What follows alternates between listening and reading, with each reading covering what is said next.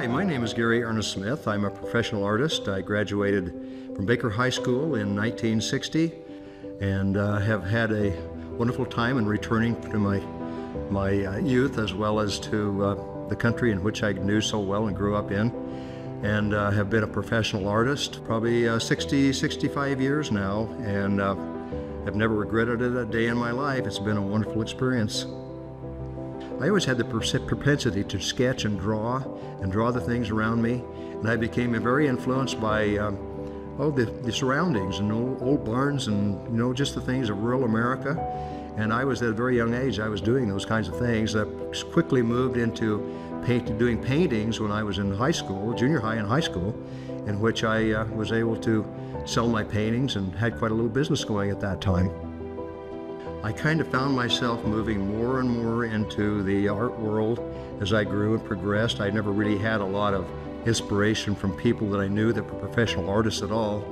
But having attended college after experimenting as a youth in art for most of my youth life, I graduated into a larger field, and basically after attending college and moving into a museum quality of art, being able to study the artists of the past and so forth, and realize that there really could be a future in this thing that I wanted to do with my life.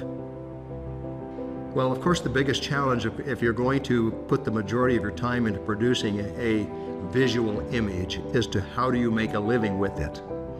I found that the more personal it is, the less it may be saleable.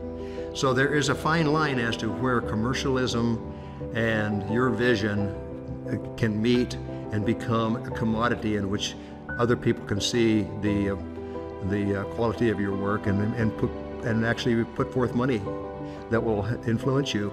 As time goes on, people begin to look more for what you want to do rather than what they think you might want to do. It's just an evolutionary process, and you kind of learn your way as you go along. My career has evolved in the sense that when I first started in the national market, before the national markets, I had attached a value to my work. And people tend to judge you by the value of your work, which isn't always the best judge, although it has something to do with where you are in your career. And I found that the pieces that I expected people to buy were not necessarily the pieces I wanted to paint. I wanted to paint something that was more personal.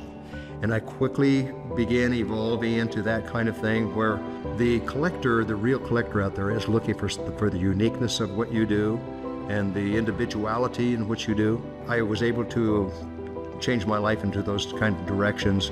I would see the value of my work through a sellout show, raise the prices, we had a sellout show and so forth, until you find yourself beginning into a realm where you're in the collector realm more so than just the couch realm.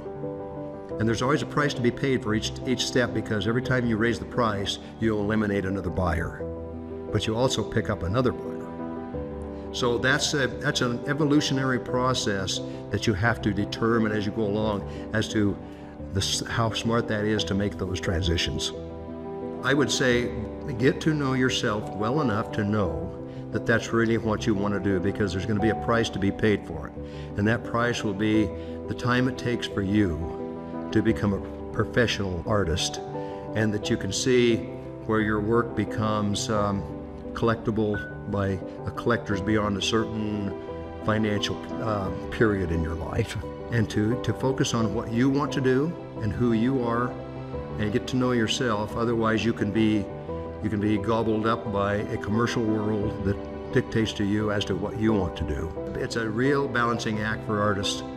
Personal expression against commercialism is always an issue, and the personal issue always wins in the end, but we don't always see it when we're moving toward it.